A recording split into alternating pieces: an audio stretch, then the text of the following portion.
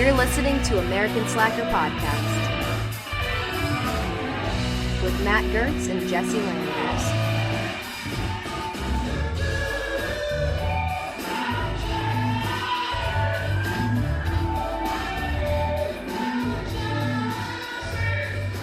So I talked to this girl. I meet her online and talked for a little bit. It goes from texting to calling a couple times. We decide we're gonna meet up and go to a movie.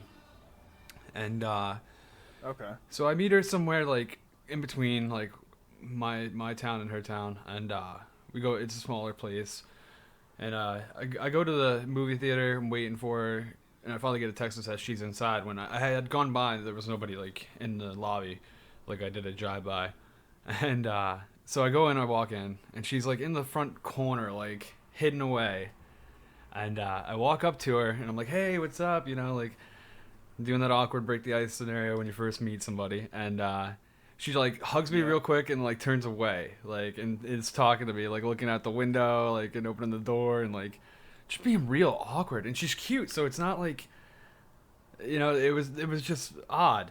And everything about her actions were real weird. So that is very odd. I'm like, hey, let's see what movies are playing. We go over and like look at the menu and whatnot, and nothing's playing for probably like an hour and 20 minutes. So we have a lot of time to kill. And I'm like, shit, okay. Let's see where this goes. I'm like, what do you want to see? And she picks Edge of 17, which I don't know if you're familiar with, but it's like a teenage movie. Yeah, I mean, I saw a trailer for it. It looked interesting, but it definitely looked like it was more geared towards like a younger crowd. Yeah, which this girl is a few years older than me, so that's what I was like, whoa. This is what you're going to pick? Okay.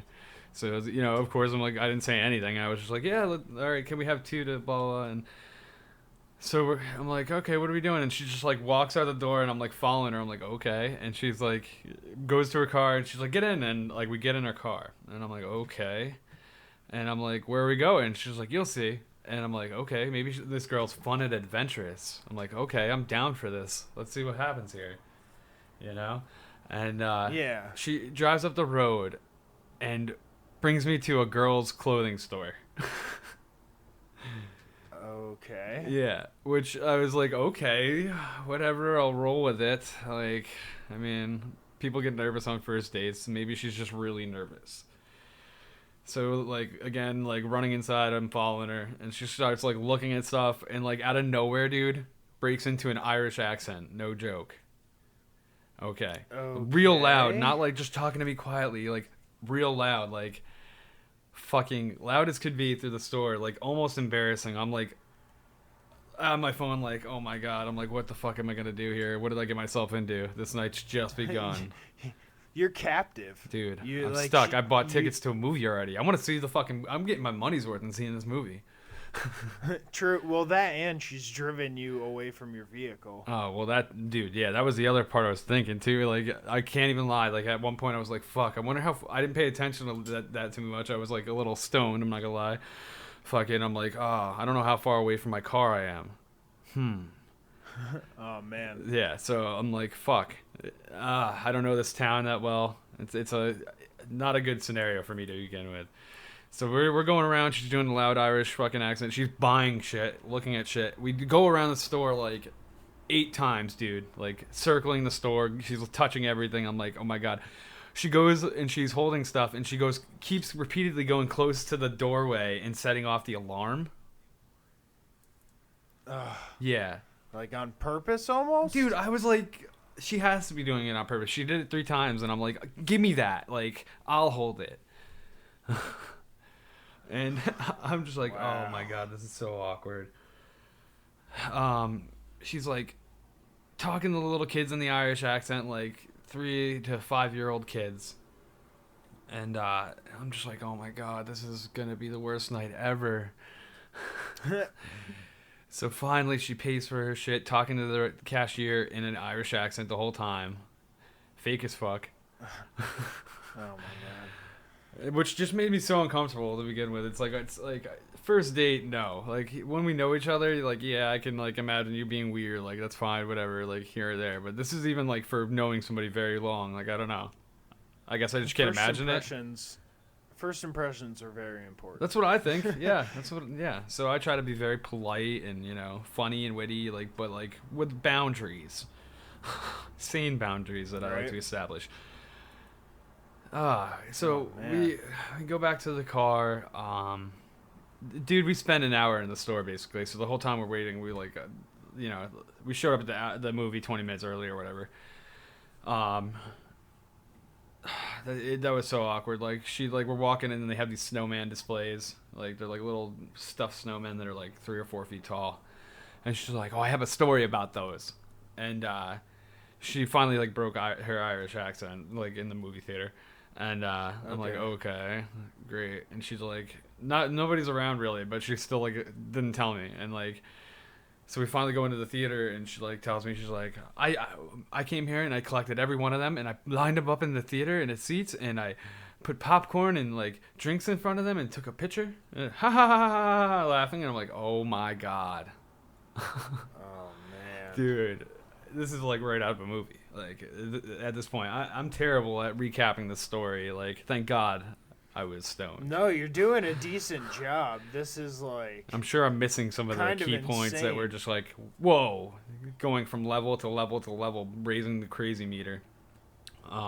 So you get through the movie, or does she do anything else as? Oh, I get through the movie. The movie goes along. I get through the movie. Okay.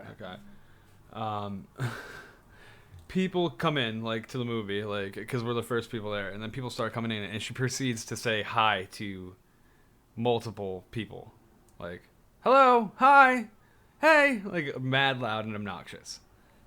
And I'm just and she's a little girl. It's very odd, dude. So she might have some mental issues. I don't know. Oh man. And so she keeps disappearing too as well. She leaves the theater I don't know, 4 or 5 times throughout the whole movie. It's very weird. And one time she just comes back with a ton of shit, a ton of popcorn, a drink for me, a drink for her. I'm like, whoa, what the fuck? And mad candy and shit. And dude, just goes to town, fucking ridiculous, completely comfortable in that way. So it's she's not nervous. That kind of eliminates that to me. So it's this is just who she is. She's definitely not. She's nervous. Impulsive and a little bit much personality-wise. It's I would have felt I was on Punk'd or something, or Candid Camera. Something, dude, I don't know. Behind the scenes new MTV show. Yeah, nothing she had acted texting or talking on the phone, but completely unreadable, unpredictable person, and when you're face to face, what she's gonna do next is kind of scary. And she's just a year into driving, and she's older than me, and scared the fuck out of me driving. Oh man. Yeah, edging up when cars are coming by doing 45 or 50, she's edging up the nose into the road. I'm like, oh god, oh god. That sounds like the date from hell. They're just a terrible circumstance. Now look, I have to ask though, looking back on her messages with you, if you change the context or the inflection at all, does it fit more of her persona? Yes, because I had the illusion that she was just a fun girl. A lot of people are just tired of dating, especially online dating. It's weird. So people just go at it and put flair, fucking talk wild and whatnot. So it's okay, they're interesting. Some people are interesting. I've had dates where you met the person and they were witty and fun, and it was cool. But some people are too interesting. Some people put a little too much spice on it. Oh man. Yeah. So needless to say, the movie finally ends. I don't remember any of the movie anymore because I came home and got obliterated because I was just that was so awkward. And yeah, I just gave her a hug, jumped in my car, and it was she gave me this death hug and wouldn't let me go. It was so awkward. I was I hope she doesn't knew she was never gonna see you again. Probably. And I'm not gonna lie, I ghosted. Oh, dude, I don't blame out. You. I didn't even say a word, and I would have. I'm a piece of shit. I would have paralleled dimension if that was possible. Yeah. Don't even be in the same realm. So if anybody comes asking for me, I died. Yeah. I no longer exist in this realm. She doesn't know where you live, right? No, that's the great thing is I'm getting smart about this. I never meet them at my house, or to show them my house until I have a good judge of who they are. Like, that's good. Only two girls have made it to my house so far in my whole dating. Like, otherwise, like, it's like we'll go to their place or like we'll just meet up and go out. Like, like it's very, very limited. It's a VIP area in my house because I am so worried about crazies. Yeah, you never know who you're. I own who you're dealing my with. dog. Clearly, my dog's here. I own firearms. Can't play around. There you go. The careful out there, people. It's a rough dating world. It's very rough. And you never know. There's a lot of never scams know who's on too. the other end of that. So hopefully, if you're on your way to a date and you're listening to this on off your iPad or iPod or Android phone, we want you to be careful out there. Yeah, do a good welcome pre-screening process, people. I cannot stress that enough. Test their boundaries, see what they're about, ask ridiculous questions, and see how they react. Like, figure out who they are before, like, you get yourself stuck in a scenario that's very uncomfortable and just not good for your general health because of the stress that it's going to induce. Or just don't be separated from your vehicle so that you can beeline. Yeah, see, I broke rule 1, like, right there. You never, ever get with it, like, away from your vehicle by more than, like, 500 feet. You need a quick exit. You gotta be able to run at any time. I've had a date where I went out with a girl and I, like, literally, like, considered, like, when she went to the bathroom dipping out, but I didn't want her to get stuck with the bill. Yeah, right. You gotta grab the waiter on the way out. See, that's the way to do it. Just like, quickly process this card. Go, go, go, go. And you throw a dessert on there. Oh yeah, be a real gentleman about it. Yeah, that's not a bad idea. Like, I'm sorry. Can you like write sorry on there with chocolate sauce? Classy. Yeah. Classy. Yeah. Well, welcome to American Slacker Podcast. Yes. Hello, guys. It's Matt. And I am Jesse. What's going on? And we're here to warn you about the dangers of online dating. Yes. Be careful. Along with some other crazy news, and we got Green Corner coming up. We're also talking some holiday movies at the end, so stick around for all of that. This first story comes to us from Australia. I think this is our second Australian story of late. We had that drone one. Yeah. There's always something crazy going down under. Definitely. The people out there probably are already aware of this video. There was a dog being pretty much held in a chokehold by a wild kangaroo, and these two Australian guys rolled up. One of them was shooting from the video camera and narrating, and one was rescuing the dog, essentially. He ran up and he distracted the kangaroo, and he that was his slapped dog. it in the face. They have working dogs. This kangaroo was choking out his working dog in a headlock. Yeah, so... Everybody needs to see this video right now. They're just like, whatever you're doing, pull over. Pull this video up. And it's it has, like, amazing. And it has like a couple million views. I think it's like 2 million or so. Oh, It yeah. even be more than that. And the renditions, like But- the fucking Conor McGregor one is even funnier. Has a couple million views as Yeah. well. You said that one to me. If you don't see the original, at least look up the Conor McGregor version, which that one's pretty funny. Kangaroos are dangerous, though. You know, they got big, sharp, like nails on their hind legs, and what they'll do is, why you had them in the headlock, is they'll jump up and they'll kick and they'll gore like the underside of the animal. Rabbit kicking on a giant scale. So this guy rolls up and he squares off with him. He puts his hands up and he gives him a whack, and you can tell it totally stuns this kangaroo. Oh yeah.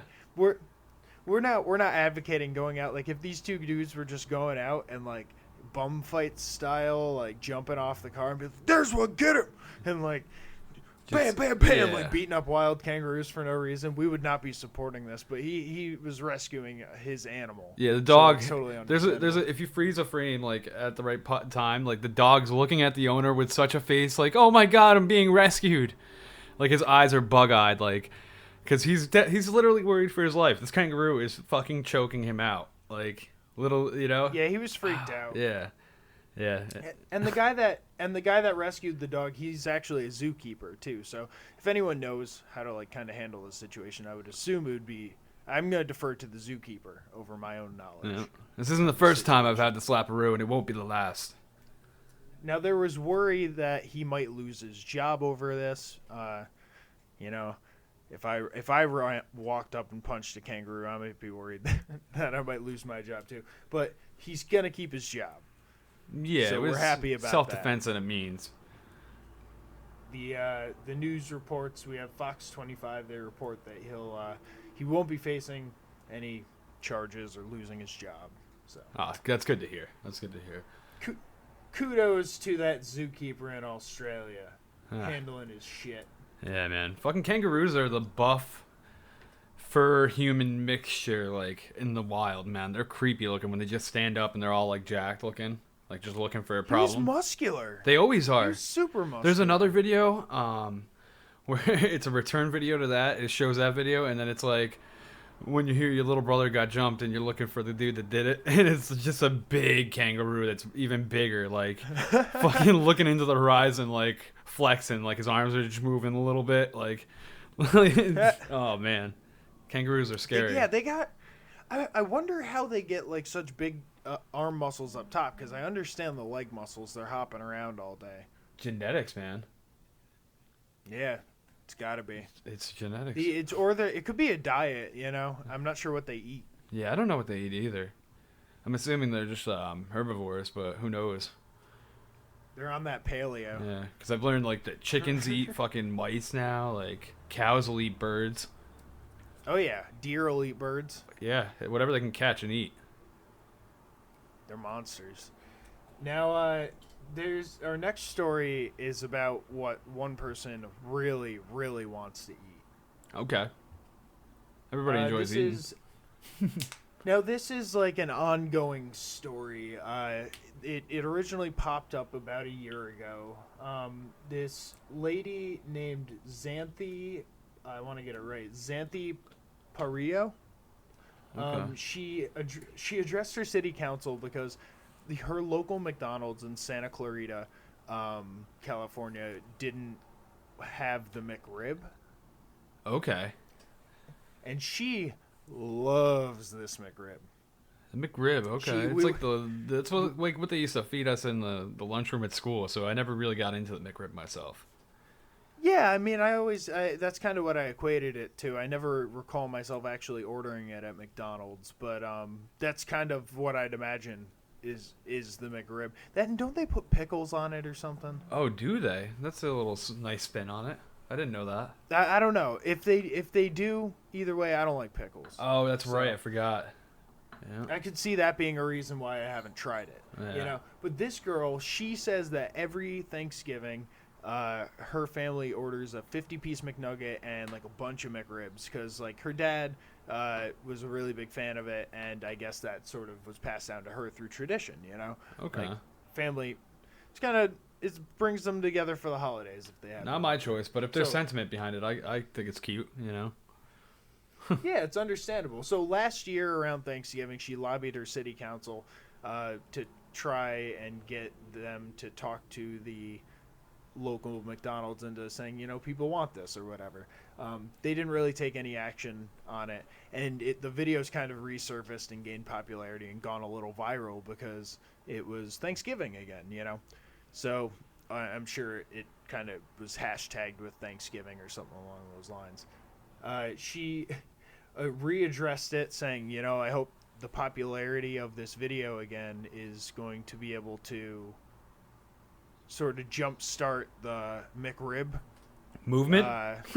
yeah, we call it the yeah, McRib the McRib movement?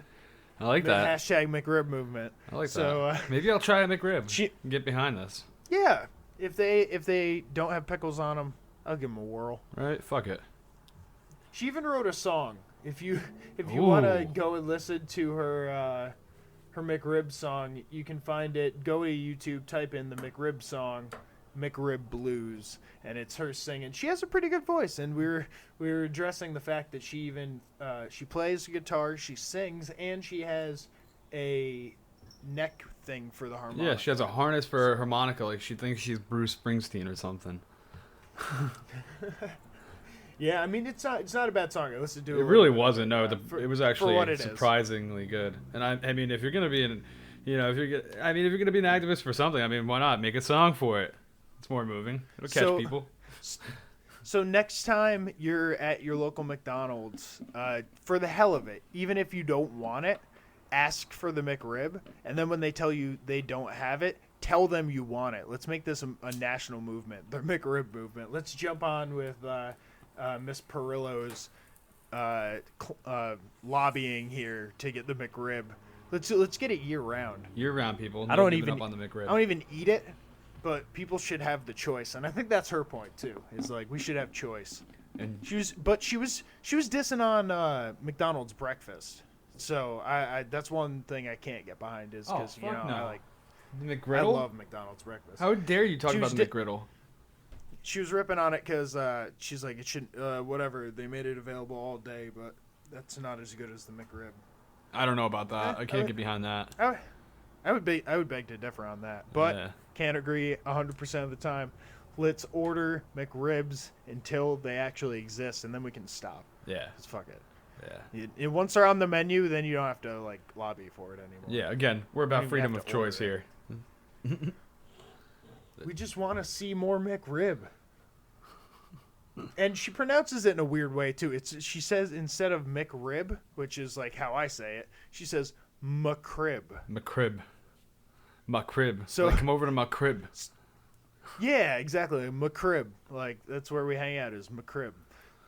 So, but like I'm almost thinking that's the real way of saying it because she's so passionate about it. Like she might be in the right on that. She kind of looks like a hipster.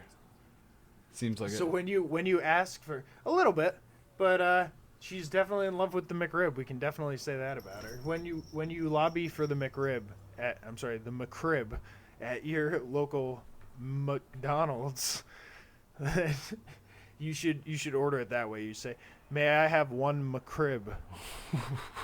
One McRib. One McRib sandwich, please. And then when they don't have it, you have to scoff as if you're taken aback by this.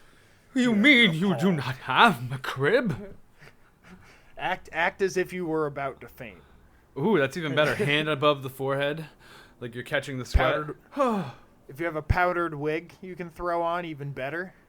I'm feeling Victorian faint. garb. I'm not quite sure I heard you correctly. If you could have a gloved, tuxedoed man behind you to catch you as you fall. Yeah, hire a stand-in butler. And then go order the McRib. Because only the finest McRib will do. Yes. It starts to annoy me when I say it too much that way. Oh, I've never once heard it. It's a first for everything, though. Maybe I'm wondering if this story merges with our next one in any way. Probably not, but here's my theory, all right? We got 7 dead penguins in the Calgary Zoo, claimed to have drowned. Maybe they were eating too many McRibs. Oh, could be. They're getting too fat to swim. Too fat to swim. They're like people, Makes sense. Maybe that's what a zookeeper. He's getting the McRibs, he's bringing them in. He's like, fuck the fish. Every time I pull the fish out, my hands end up smelling after. He just starts feeding McRibs to the penguins. Yeah, he's tired of going home smelling like fish, so he's like, fuck it, I'm just gonna go get a McRib sandwiches. They'll be in love. Little penguins eating McRib. They don't even have fingers. How are they supposed to hold the sandwiches? Yeah, that's not cool, man. Yeah, if you can't hold a sandwich, you shouldn't have a sandwich. Just chop it up for them and make it into like kibble. That's why dolphins can't use the drive-thru. Nope, not unless you build them a boat.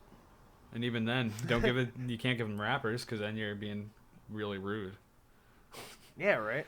How are they gonna? So not to blow over the headline here. What happened is in a zoo in Calgary. It's reported by CBC, which is Canadian Broadcast Company, I believe, that 7 penguins were found dead at the Calgary Zoo on Thursday morning. The animals had drowned in the holding area of the popular penguin plunge exhibit. That's ridiculous.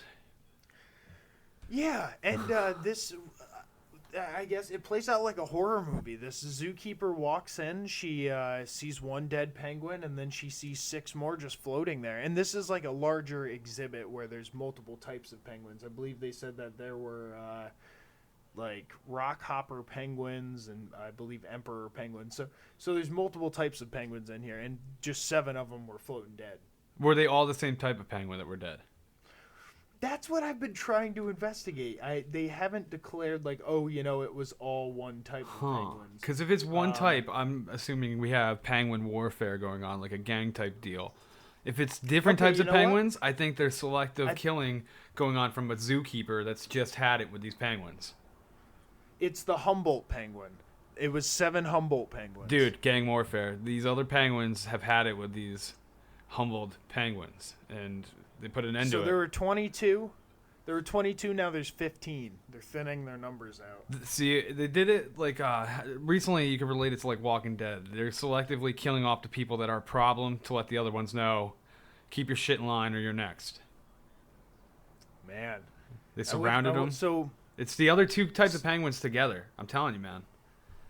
They did an autopsy on the penguins, and it said that they drowned, which is very odd because penguins can swim for days on end, fishing and, swimming around with no problem. So to have 7 of them drowned, and then like none of the other penguins were in a panic. It's not like they were moved away from the area where the penguins died. They were just like, whatever. This smells like murder. Dead everyone was quiet, too quiet about what happened. Nobody wanted to talk. That seems fishy. Yeah, I very fishy. I see what you did there. So these they're gonna investigate. They're gonna look at some cameras, see what happened. I don't know, man. I just don't get it. They're thinking maybe they're saying it's a bit of a mystery. They can't really provide any insight as to what they think happened. Well, they've got some explaining to do. There's 7 bodies that need to be explained. I want to know what's behind this. I'd like to imagine a walrus at a desk with a like policeman's hat on and a badge, and he's like, "Damn it, we got 7 dead penguins floating in the aquatic tank. Like, you gotta fucking bust this wide open." And like, who would be the detectives? We need a lead. Of, like, I'm wondering would it be seals? Yeah, dude, seals. A couple of seals would be up in there. That would definitely be it. They'd be the ones on the case. Yeah, they'd definitely be the ones on the case, man. Maybe there's a rogue polar bear. He's nothing like his kind. Talk to a lobster. Yeah, see, I'm thinking the polar bear might be the leader of the underground. He'd be the one that you gotta talk to find out what went down. Ooh, okay. At the aquarium. Okay, like he knows where to say. He's the guy that's got his ears open. But that polar bears don't like seals, so that's like. You're right. You're right. Tough. That would never work out. It's kind of you're walking into the den of the bear. I'm trying to think of other Arctic creatures that might be around. Could have some otters, maybe some lobsters or shellfish. Maybe. Damn lobster does nothing. He's so slow. Lucky to be on the force. Well, they're the bottom feeders, so they'd be the ones that you could maybe. I'm wrong about them too. They're the criminal underworld too. Yeah, man. They're the ones that are running around. Crumb catchers. You gotta bust them to get the bigger fish. Exactly. Now you're talking. Yeah. See, this is ripe for puns. There you could do a whole thing. No one can forget we got 7 dead actual penguins on our hands. We don't have a real walrus detective chief. No. It would be a nice world if we did. If we had an inside man or 2. But right. If we get any updates on this case, we will definitely be covering it because, again, somebody needs to explain why there are 7 dead penguins. Right. Now, there's maybe maybe the reason we can't figure out why there's 7 dead penguins is because in our next story, it describes what the Canadian police are doing with their time. They've decided that for anyone they pull over during the holiday season, they are going to play Nickelback if they pull someone over for like a DWI. Oh, they're gonna make ears bleed. Look at this photo. We were saying like before that, dude, it was just like you'd skip it on like the same part. Look at this photo. Look at this photo. Look at this photo. Look at this. He never says it. He just never says the full word. They just scratched the disc and threw it in the player. God. So yeah, they're it's a special kind of hell. There's a little bit of an update with it from the Huffington Post. They say after threatening the drivers with Nickelback, they did apologize to Nickelback. Nickelback is a Canadian band, so they're like kind of hating on their own, which is kind of shitty. Yeah, especially something that made it mainstream in America, I guess, like from Canada. But I think that's pretty funny. I'm just trying to think like, Nickelback's kind of shitty. Like I get the trope. Everyone says it. But like what would be the worst thing that they could play? I'm thinking for me, if I got arrested, the worst thing that they could play would be like the soundtrack to Cats.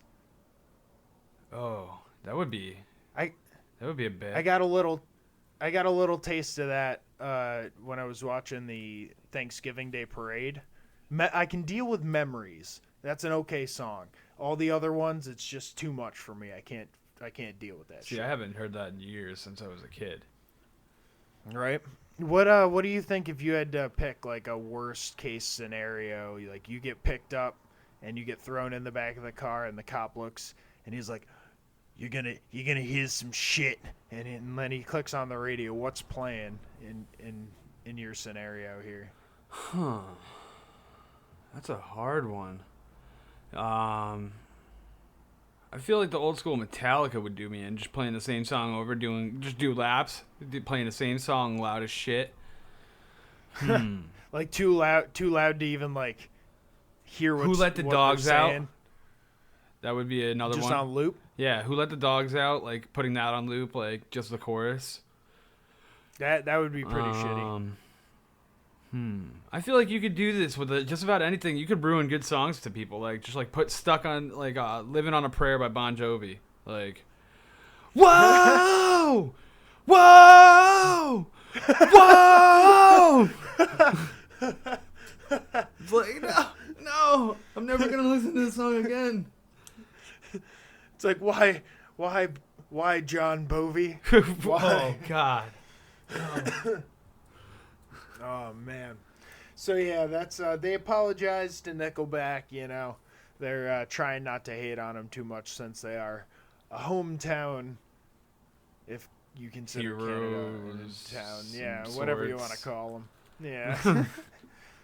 There's Alanis Morissette. I believe she's Canadian. Yeah. Avril Lavigne was too, right? Really or is, whatever. Yeah, I believe so too. There's a few of them made it out.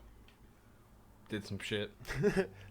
Made it out. We noticed it in America. We were like, oh, well, yeah, look at these Canadians. They're cute. We'll take these ones. Selective. So that's what we got for news. Wrapping it up. We got a lot of Canadian, a lot of Australian, and then clearly Americans crying for our fast food, like we always do. Yeah, we love our fast food. I want In-N-Out, man. I've been like seeing everybody posting about it and shit. I want it bad. Oh man, come on out here. I got like 3 of them next to me. Yeah, I need to soon. That's intriguing. If I pick you up at the airport, I could we could hit like 3 In-N-Outs on the way back. Well, I don't know. I think I can get it from the first stop, but. Well, I'm saying you got options. Oh, okay. I'm not impressed with their fries. I'm gonna throw that out there. The fries suck. Mm-hmm. That's half of like fast food enjoyment. Yeah, I mean their burgers are great. Their shakes are pretty good too. But yeah, I'm not a big fan of their fries. Okay, I'll avoid it. They have like onion rings.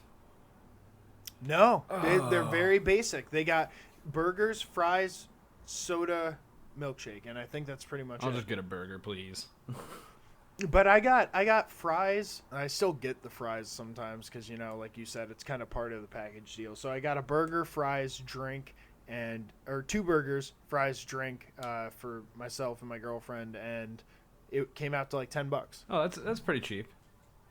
Oh yeah. Yeah, it's hard to make the a meal burgers under are that like- these days. Burgers are like $2-3 in and out. It's not bad. That's not bad at all. Yeah, at Sonic they're like $6. Right. What I like to do if I'm if I have the time and I'm getting a burger at In-N-Out, I'll go In-N-Out Burger and I'll get the drink there also, like a soda or whatever, and then I'll go over to Carl's Jr. and I'll get the jalapeno poppers. Oh, dude, jalapeno poppers are dank. Yep. I had Jack in the Box's jalapeno poppers, not up to par with Carl Jr. Okay. Now you know, people. If you're in southern states, I believe Carl's Jr. is Hardee's. Oh, we have Hardee's here, I think. Oh shit! So yeah, if you got you don't have the In-N-Out burger, but try their jalapeno poppers Yeah, I definitely will. I'll definitely be checking that out. because those are pretty good. That's not really part of news, but what we do have up next is Green Corner. Oh yeah, let's step into this fucking green corner. Fight! All right, so of course, I'm not gonna have green corner without talking about Conor McGregor. I mean, he's the highlight of everything anymore. Our second time mentioning him in the podcast when he's fighting kangaroos. Yeah, exactly. Yeah, we're always talking about Conor McGregor. Well, there's good reason. I mean, he just won those 2 titles. He's simultaneously title holder between the lightweight division and the featherweight. But now he has relinquished and vacated the title, which a lot of people have like looked at it negative, like, oh my god, blah blah blah. But it's like he never was beaten, so he technically gets to go out as on top. He's done what he's done in that division. He's beaten everybody basically. So he's gonna step up a weight. It's step like up when 10 you play pounds, Mortal basically. Kombat. It's like when you play Mortal Kombat and you like up the difficulty. Yeah, exactly. Yeah, he wants to maintain a higher weight and see where he can go. Tear the division up.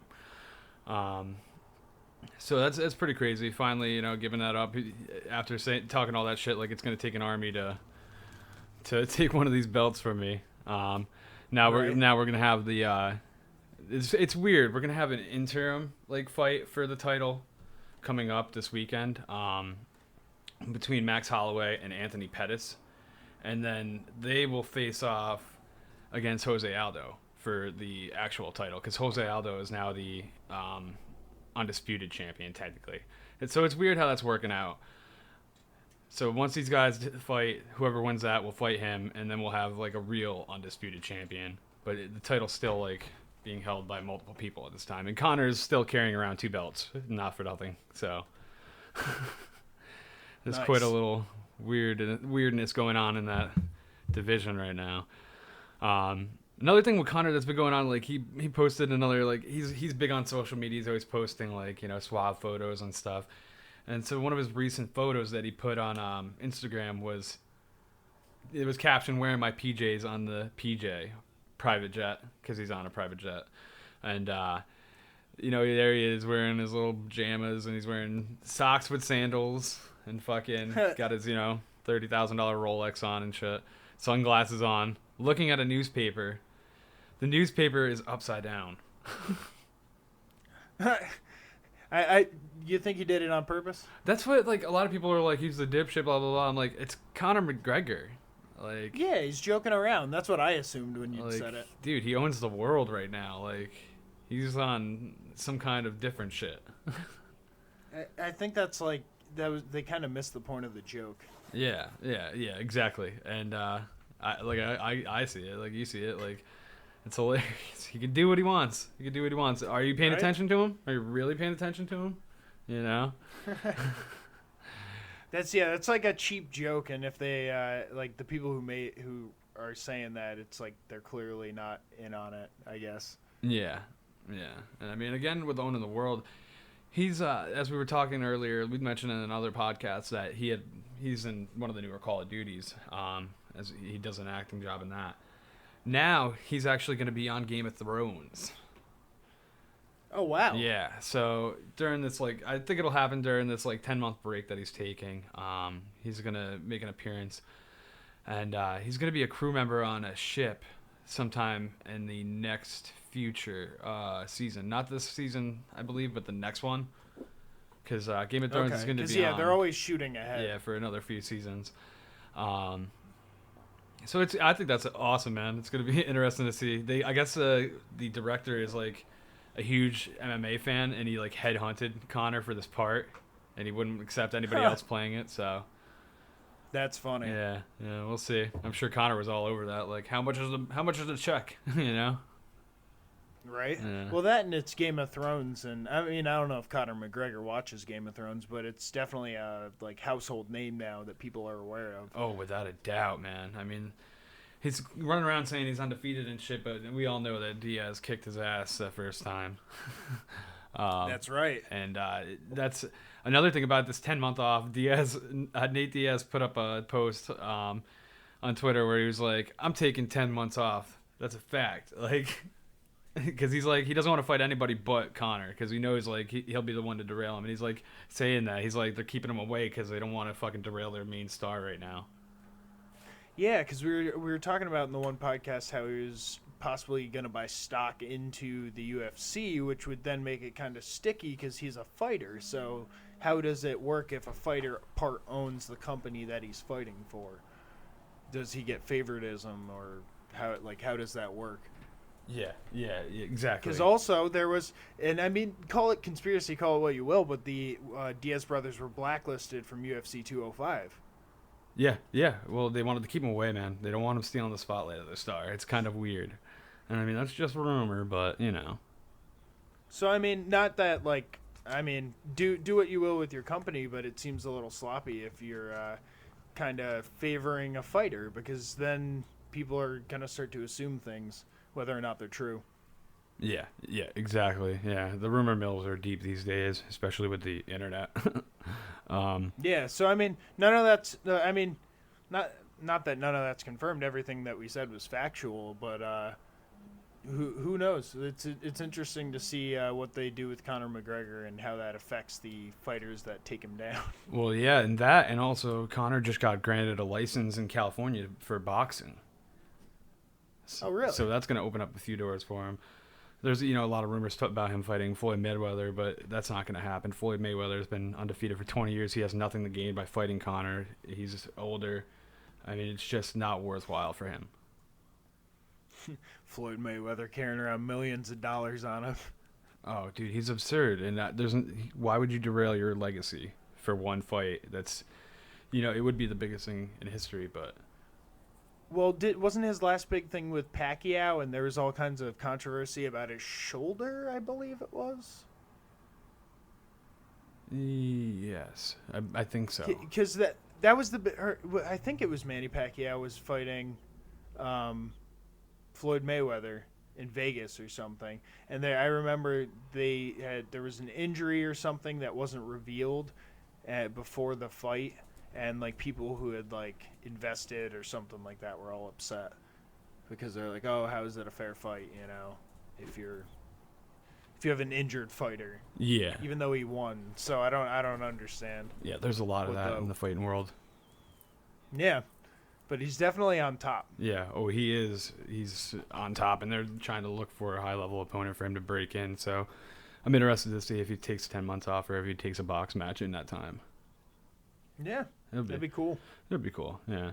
And we're in like a whole new era right now. We UFC sold over the summer. In case a lot of people aren't familiar with that, the UFC is sold from Dana White and his partners at Zuffa. They sold to a completely whole new company that is basically a Hollywood talent agency that owns a lot of shit. But so the funny thing is, like, UFC was purchased in 2001 with Dana White and his Zuffa partners for about $2 million. Then the summer it sold for $4 billion. Damn. So yeah, it was a good return. But under the whole new ownership, a lot of people are worried. Like, people have been getting laid off. Chuck Liddell got laid off, which was crazy. Matt Serra got laid off. which is understandable. It's totally natural when a new ownership happens, like for them to cut costs and bring in their own people and all that stuff. Well, yeah, because they're kind of unattached to like the community that was built up over the years, so they just come in and they see, oh, well, this person's unnecessary, because it's not a person to them, it's a number. Yeah, even though it's like a family environment, like these people have been working together for generations. A lot of them are fighters that have retired and are now commentators or head of business. Right. Chuck Liddell was the head of like business development, so it's like, and he was like one of their mainstream fighters from the mid 90s and on 2010, Yeah. And so it's crazy to see that. There was rumors of Joe Rogan getting canned, but apparently the way it's looking right now is they're only going to get rid of Mike Goldberg, his partner, and Rogan's going to stay around for another year contract. He doesn't want to commit because he wants to see how things change. Okay. He wants to see if they're going to censor what he does. They want to take a different approach of how it is, without less of a hype up scenario, I guess, which I like. I think it's unique how the UFC does their calls. Yeah, it's. They can do what they want. They're kind of in a league of their own. Yeah. To say. Yeah. Oh yeah, man. They're the number one promotion for MMA in the world. So moving along, I got to give another update onto the Roy Nelson Big Country case. He's issued a public apology. The ass kick of 2016. Yeah, the big case, man. Biggest news of UFC history. So he put out a public apology, apologizing for the whole scenario, and I guess the commission has had a retake on it, and they reduced his fine to 6 months, and the fine to $13,700 instead of the craziness that it was $20,000 or whatever, and down to 6 months from 9 months. So we could be seeing Big Country as early as March 31st, and he has to pay the fine within 30 days of this judgment, which happened last week. So. Man. Well, does he have a side job? We said he used to be a teacher, He used to be a teacher. I don't know if he still does it. He might. Hopefully he's been investing his money wisely, and because it's kind of tough when you get banned from the thing that makes you money and then they ask you to pay a fine. Dude, exactly, because especially when they're on such a fixed income like that, like you only produce money every few months and you have bills that are like, most of the time they're in debt to their trainers and stuff, so as soon as that money comes in, they have to pay it out right away. Yep. Yeah, so it's, yeah. And unless you're like headlining a fight. It's career suicide for a fighter. That's tough. I mean, I'm glad they're reducing his sentence in a way, but I wish it wasn't a monetary fine. Yeah, they do both at any kind of time. Screwed. I don't know. I understand that, like, yeah, it hurts to get hit with a fine, and maybe that'll teach someone a lesson.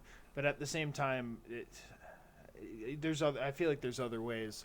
Like, he could have, they could have made him instead be a ref for 6 months, do the training to be a ref, and then he has to do it himself, and then maybe he'd understand what it's like to be in that position, and you wouldn't want to kick a ref in the ass again. Yeah, exactly, man. More unconventional justice. Unconventional justice, in a way. I guess we could look at it like that. Yeah, it's just like, I don't know, give people a different perspective rather than just making them empty their pocketbooks. Because if you're rich enough, you don't give a shit. You can do what you want and then just pay your way out of it. Yeah. Oh yeah, man. That's been proven the case in history over and over again. O.J. If Simpson, Big Country bitch. was rich. If Big Country was rich, he would just keep kicking the ass of every ref that pisses him off and go on vacation for 6 months at a time. Yeah, if you save appropriately, there's no issue there. Right? Then you can kick as many people in the ass as you want. Yes. So, this weekend we got an awesome UFC card. UFC 206 is coming up. That would be the one that just happened, because when you guys are hearing this, so that'll be the one that just went down. Yeah. By the time they hear it, it'll be over. Yeah, correct. So it's an awesome card. Check it out. I should have said it. I should have gone into it like that. Yeah. By the time you hear this episode, you'll be able to check this out. It's going to be an awesome night. One of the cards. Yeah, we're time traveling. We're all over the place. One of the main cards was canceled. Daniel Cormier was supposed to fight Anthony Johnson for the title, and that was canceled because Cormier got injured again. He's always doing that. He's gonna get. Damn. They're gonna take that title from that guy. I'm telling you. But either way, we got Max Holloway versus Anthony Pettis, as I was talking before, for the interim lightweight championship, or featherweight championship. Sorry, lightweight's the belt that Conor is keeping. Okay. Then we have Donald Cowboy Cerrone versus Matt Brown. Another great fight, man. So it's already starting off. The head of the card is great. Those are the top 3 fights. But also, man, we got Cub Swanson versus Do Hoo Choi, who's the Korean Superboy, 15-1 record. Nice. He's crazy. I like the Korean fighters. Cub Swanson's a no joke either, so he's a swinger. So it's going to be an interesting fight. That's awesome. Finally, we get to see Tim Kennedy back in action. He's fighting Kelvin Gastelum, the guy that didn't make weight at the last UFC, actually, for Cowboy. So that was bullshit. Okay. He got on the next card. He shouldn't have, but they probably needed to fill the card. And then we have Jordan Mine versus Emil Meek, which we'll see about that. I'm not really familiar with both of their histories that well, but I'm sure to be on the main. I was gonna say main card. Their names don't sound familiar, really. Yeah. But yeah, that's wrapping it up for the Green Corner, man. Cool. So yeah, check out the fight. I'm sure there's highlights up online and whatnot. It'll be fun. But if you don't mind, we're gonna start doing some Christmas shit. Yeah. So now for our last segment, we were wanting to bring you some Christmas movies that we ourselves enjoy around this time of the year. 'Tis the motherfucking season to be merry and entertained. Hell yeah. Now, did you want to start off, or did you want me to throw one of mine out there first? Yeah, go ahead. Lay one on us. All right. So the first one I wanted to pitch was Four Christmases. Now, this is a movie about first off, it stars Vince Vaughn and Reese Witherspoon, along with a host of other actors and actresses that have been in a lot of really good movies. And they are a couple that every Christmas they dodge their family by saying they're going to like help people who are less fortunate. Like, oh, we're gonna go feed orphans in like Bali, and like then they ditch out and they go to like a tropical island or something. Oh, and just go on vacation. Huh. Yeah, exactly. So they try to do that, and when they go to get on their plane, there's like a big storm that rolls in, I think, and all the planes get canceled. Like nothing's coming in, nothing's going out. So when they when they're sitting there trying to get their tickets for the plane, or like figure out like some way to get out on a flight, a news crew is there covering it, and they approach them, and they're like live, and they're like asking them, oh hey, so like where are you going, and like how will this impact like your travel plans, blah blah blah, just doing a news piece. But since it's live, their parents are watching, and they start getting calls saying, oh, you know, since you're not going to be leaving for Christmas now, why don't you come visit us? So since their parents aren't together anymore, they end up, it's called Four Christmases because they have to go to like the mom and dad for both of the spouses. And it has a lot of funny situations, like Vince Vaughn's brothers beat him up because they're like MMA like fighters. Oh, nice. And Baby throws up on Vince Vaughn, which was really funny. I always remembered that scene being hilarious. Yeah. Vince Vaughn is like a hell of an actor, man. I always love his work. Yeah, it was. The movie was made in 2008. It still holds up, I'd say. It's one of the more modern Christmas movies that I enjoy watching, and it's funny. It's a really good comedy. Yeah, I definitely have to check it out. It's not one that I can recall seeing it. Like parts of it sounded familiar when you were talking about it, but I'm not sure if I've actually sat down and saw it. Like, I'm gonna have to check it out. Yeah, it's got Reese Witherspoon, Vince Vaughn, Robert Duvall, John Voight, Jon Favreau, Mary Steenburgen, I think it is.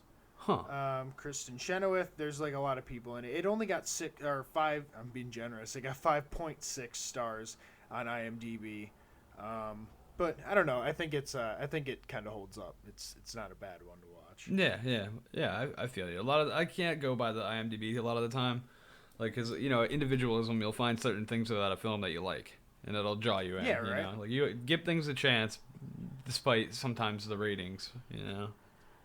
Yeah, definitely. The film that I'm gonna recommend first off, given by Rotten Tomatoes, 25%. IMDb 5.7.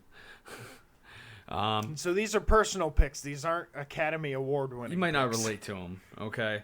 I'm talking about Reindeer Games. It's a film from 2000. It's starring Ben Affleck, Gary Sinise, Charlize Theron. Is that how you say her name? I haven't jumped. Charlize Theron? Charlize Theron? Yeah, okay. Yeah. I don't know. I haven't jumped on that train. A lot of people love her. But yeah, she was good in oh man, what was that movie with shit. This is bad for the podcast. It's we do it's really enjoy movies, people, just so you know. We know a lot about movies, but we get these little moments. Yeah, it's the one with the road warrior type people. Mad Max. And, goddamn, how did I not there you how go. did I not draw into that? Duh. She was in that, and she was really good in Really that. She was good. in a lot of other stuff too. She was on Arrested Development also. Yeah. Oh yeah, you're right. You're right. Yeah, she's been around. I mean, she's a known figure. Obviously, we haven't focused on her, but whatever. Anyway, Reindeer Games has got a really interesting plot. There's two guys in jail, and one of the guys is writing this girl, and they're pen pals of sorts, and he receives photos of her and everything, and they develop a relationship that's intimate, and they're supposed to link up when he gets out. Well, that guy ends up getting shanked in a prison fight and dies, and his cellmate takes over his personality and continues writing the girl and actually meets up with her when he gets out. Okay. Now they're hanging out in a hotel room, and like they come back, and there's her brother. Like, you learn through the dialogue that this is her brother, and his gang of of fucking people, and his gang of gangsters. And a terrible description by Matthew. Hey, it works.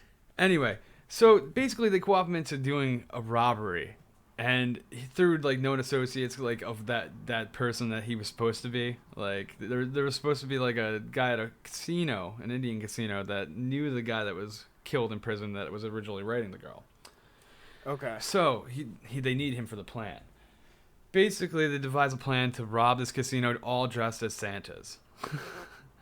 And in the midst of the day of the robbery, the main character, who's Ben Affleck, who is the jail guy that takes over the persona, learns that the girl is really the lover of the brother. They're not brother and sister, they're lovers. So it's an interesting twist. Spoiler alert. You're supposed to say that before you give away. Oh, is that how that works? Oh. Yeah, well. Go watch Reindeer Games. Watch Reindeer Games, because it's interesting. It leads to some interesting 90s style action, so it's a little dated, you know. I'm guessing guns and some cheesy lines. Very cheesy lines and explosions. At the end of the movie, their plan is to put him into the 18-wheeler that they drive and drive him off a cliff. Oh, who, Batfleck? Yeah, Batfleck. Which we all know you can't kill man. Batfleck like that. He would just pull out a grappling hook. Yeah. And he's back. Backfleck. So, yeah, Reindeer Game sounds cool. I might give that a try. Well, the way I like to look at it low rating. is Gary Sinise, the main bad guy, the brother / lover. He looks identical to Lieutenant Dan. Because he is Lieutenant Dan. So the way I look at it is it's an alternate universe where Lieutenant Dan came back, he didn't lose his legs, and he decided to take the bad path. And now he's a criminal that has army training, and he's assembled a goon squad, and he's planning to pull the big dirty. Okay. This is that's the real twist to the movie. Lieutenant Dan, you got legs. That he got legs, and he actually survived Vietnam and Killed Forrest right away. Yep. Killed Forrest. Forrest Gump died in combat in that universe. He just left him in the woods. Well, yeah. He's MIA. And then I started running. I just ran. Across Vietnam. So the next movie that I'm gonna throw out there is one of those old clay animation type ones. It's actually from 1974. It's called The Year Without Santa Claus. And the reason I like this one is just for like nostalgia's sake. The fact that I used to watch it when I was a kid. It's the old claymation, and it's got a message that I think resonates with me as an adult now, and like I'm sure a lot of other people were like, sometimes you just don't feel appreciated. So in this movie, Santa says "fuck it." And he goes, I'm not delivering shit. He's just like, it's always cold up here and it sucks. And like, I always give out presents and like I don't feel fucking appreciated. So he cancels. He's like, I'm out. And he dips out. And he, like, 2 elves get put in charge of like, kind of giving Santa the Christmas spirit again, showing people that like, or showing Santa that people believe and that he's still like a part of their Christmas, I guess. There's 2 characters in it, which are my favorite, which I remember from watching as a kid, which are the Heat Miser and the Cold Miser. And like the Cold Miser is like kind of like a Jack Frost character, and he like he causes blizzards and like freezes things into ice, and then the Heat Miser like melts things and like makes it really hot in places so it doesn't snow on Christmas, like California. So he they're like eventually like they have to come to like the conclusion that all right, to give Santa a break, like we need to have like one nice day in the North Pole, and they like need to have a truce between the heat guy and the cold guy, and they bring Mother Nature into it, who's their mother. Which it's a really cute like movie if you have like kids to that you want to like show a Christmas movie to. This is a good one. The Year Without a Santa Claus. We're talking some other ones. There's like Rudolph. There's I think Frosty Frosty's that one's not clay animated or whatever. No, that was a later cartoon, right? Yeah. There's another one. But, I mean, Santa Rudolph Claus is coming. Like Rudolph ideal definitely. Example. Santa Claus is Coming to Town is another clay animation one I'd throw out there. It's like the how Santa became Santa, kind of. And he was a redhead. He was a Santa redhead, was. Yep. Santa was a ginger snap there in that version of events. But yeah, that's a good one, especially if you have kids. I'd say throw that on with kids. If you're a guy who's 40 and you're alone in your house, don't just watch that. That's a little sad. Yeah, that seems depressing.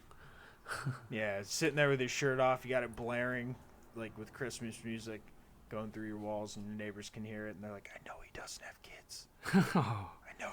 I know. Well, if you are 40 and alone at home and you want a good movie to watch, I could suggest Gremlins. 1984, man. It's a horror / comedy / Christmas movie. / Howie Mandel. / Howie Mandel does the voice of Gizmo. Corey Which Feldman's I didn't know in it as until well. you told me. Corey Feldman's a child. Is Corey Haim? Yeah, no. Is Corey Haim in it? It wasn't a Corey No? and Corey connection. Oh, no, not a Corey double feature? Nope, it was not. It was not one of the many. If you're not familiar Corey with Feldman Gremlins, did some weird dance on the NBC Today Show. Really? I don't know if you saw that. No, I did not catch it. Check that out, people. He's doing some interesting music now. Huh. That is interesting. The other Corey is Interesting. unfortunately not with us anymore. Yeah, he's doing interesting music in like the worst way you could use the word interesting. Yeah, that's usually a nice way of saying shitty music. It's interesting. Very interesting. You could say it's a very big pile of interesting. Oh yeah. Stinky interesting. All right. Well, back to Gremlins. Gremlin starts out with a gadget salesman he's always inventing these quirky little gadgets that never quite work. That's how the whole opening scene really is.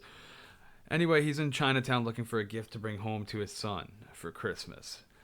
And in Chinatown, he finds this little hole in the wall in the basement where there's like a little novelty, like there's trinkets, and then he stumbles across this little creature in a cage, and it's a Mogwai.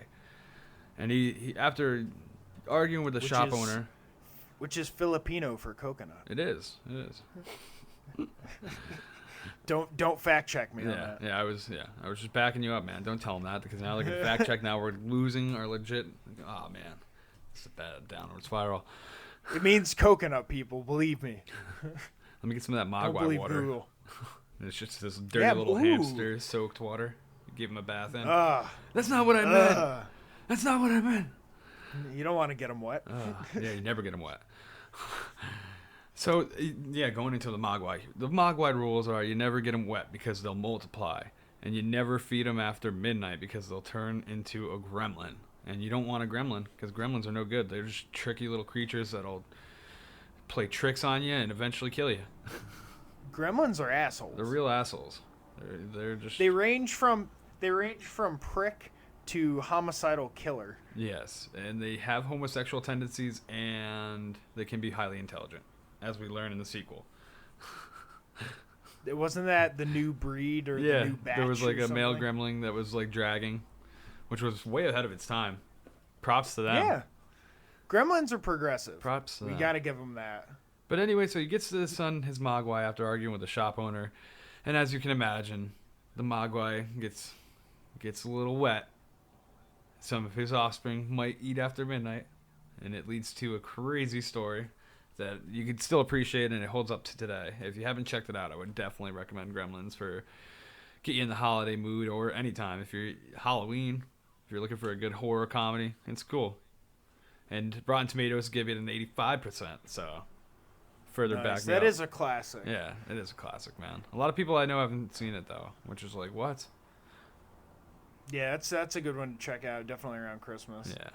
Yeah.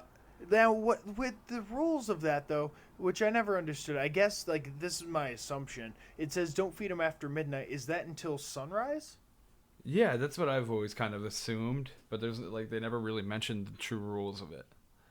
Because technically everything is after midnight. Yeah, but then the sunlight kills gremlins. So yeah, I always assumed it was tied to the sunrise. Yeah. So it's some got to way. be. It's got to be, which makes no sense. But hey, it's a movie. We'll take Let it. it pass. So our final suggestion here is just a really funny. All my ones are getting really low ratings here. It's a 5.5 on IMDb. Jingle All the Way. I love it. I think that's one of the most classic Christmas movies there are. We got Rita Wilson. We got Arnold Schwarzenegger. We got Sinbad. Phil Hartman. There's a ton of people in this movie that make it really, really funny. The premise is a father vows to get his son a Turbo Man action figure for Christmas, but he ends up finding out that all the stores are sold out. So he ends up having to battle like all the people in order to get this one doll for his son. So I mean, like this is, action figure for his son, so that the kid will have a good Christmas. And this is something like everyone can relate to. There's always that hot item Yeah. Oh yeah. That- Tickle Me Elmo, '98, that people want. most memorable scenario. People were fighting. Furbies. I remember Furbies were big. Yeah, you're right. God. Pokemon, I even believe had its heyday in terms of like hot topic things. Chin Pokemon. Razor scooters. God, Razor So- Mania. So now that we've dated ourselves, there's really funny like scenes in the movie. One that I keep on repeating, and Matt's probably sick of it by now. Put the cookie down. Ah, Put the that never put gets it old. down. That never gets old, man. It's like Fucking- Phil Hartman's like eating his. Well, I guess they're divorced. I believe in They're the movie or divorced, but they're something, like, right? it's obvious that they would like. There's gonna be some possibility of getting back together. Yeah, so she's like got Phil Hartman in her kitchen, the wife of Arnold Schwarzenegger, and Arnold calls, and Phil Hartman picks up the phone, and he's eating the cookies that his wife made, and he's like, your wife's cookies are delicious. And he's like, put the cookie down. He's like, I have to get this recipe. Who told you could eat my cookies? Those are my cookies. Yeah, so and there's like Sinbad plays like a mailman who's like fighting with him the entire The time. entire to, time, he comes out of to nowhere. get a doll. It's exactly like the Family Guy chicken fights, like with Peter. It's like out of nowhere, literally Yeah. just happening. It's like dun dun dun dun dun dun dun dun dun. It's classic. It's classic Arnold, classic '90s comedy. So yeah, I would say give it a try, even though it's got a low rating on here. I gotta pick some better fucking movies for these segments. Nah, man. Fucking, I think that's honestly one of my top favorite holiday movies of all time. There's a lot out there, man. You have to mention Lethal Weapon. That's another fucking movie that occurs during Christmas. Die Hard. I mean, fucking. There's these off movies that are great that occur mainly wrapped around Christmas time that you can incorporate. As well. But I mean, I'm a fool for it. That's another. Oh my good god, one. Talk about classic. Christmas Story, Christmas Vacation. Right. Yeah, man. It's a Elf. Wonderful Life. If you want to go back even further, Elf is another one. I think that's my sister's favorite. Yeah, I love that. I love Will Ferrell, so I can't. I love that movie as well. Right. Buddy the Elf. So yeah, get out there and watch some movies. And I mean, we're kind of versed in Christmas stuff because that's our tradition around this time. But if there's any good Hanukkah or Kwanzaa movies or anything like that out there, let us know. Hit us up on our social media because I'd be interested to watch some new stuff. I'm always open to that. Yeah. Something that's not the same old. Yeah. You get trapped in these little cubes of what you get to access in this huge world of knowledge. Actually, you know what? 8 Crazy Nights. I don't know. I was going to throw that out there is. before, but I didn't want to overdub it. Yeah. Yeah, it's definitely an honorable mention. That is great. Yeah, definitely. We had mentioned the that only earlier in the Adam week. Sandler cartoon. Yeah, from what we know, I don't think there's any other animated one out there. Which that he he should did. have. That one was funny. Yeah, it was funny. He should have done a little bit more of that. Yeah. So that brings us to the end of our show. Yeah. And thanks, guys, if you tuned in the whole way. If you tuned into any episode, would appreciate it. Stop by americanslacker.wordpress.com or on Instagram or Facebook at American Slacker Podcast. You can download our podcast on iTunes, on Stitcher, on Podcast Addict, or listen straight from our website. Please go on iTunes, rate and review us. We'd appreciate 5 stars and let us know what you like about the show. We are also on Twitter and Reddit at AMERSLKR Podcast. And yeah, get at us. Thanks again, people. And I'd say that's it. And I'd say there you go.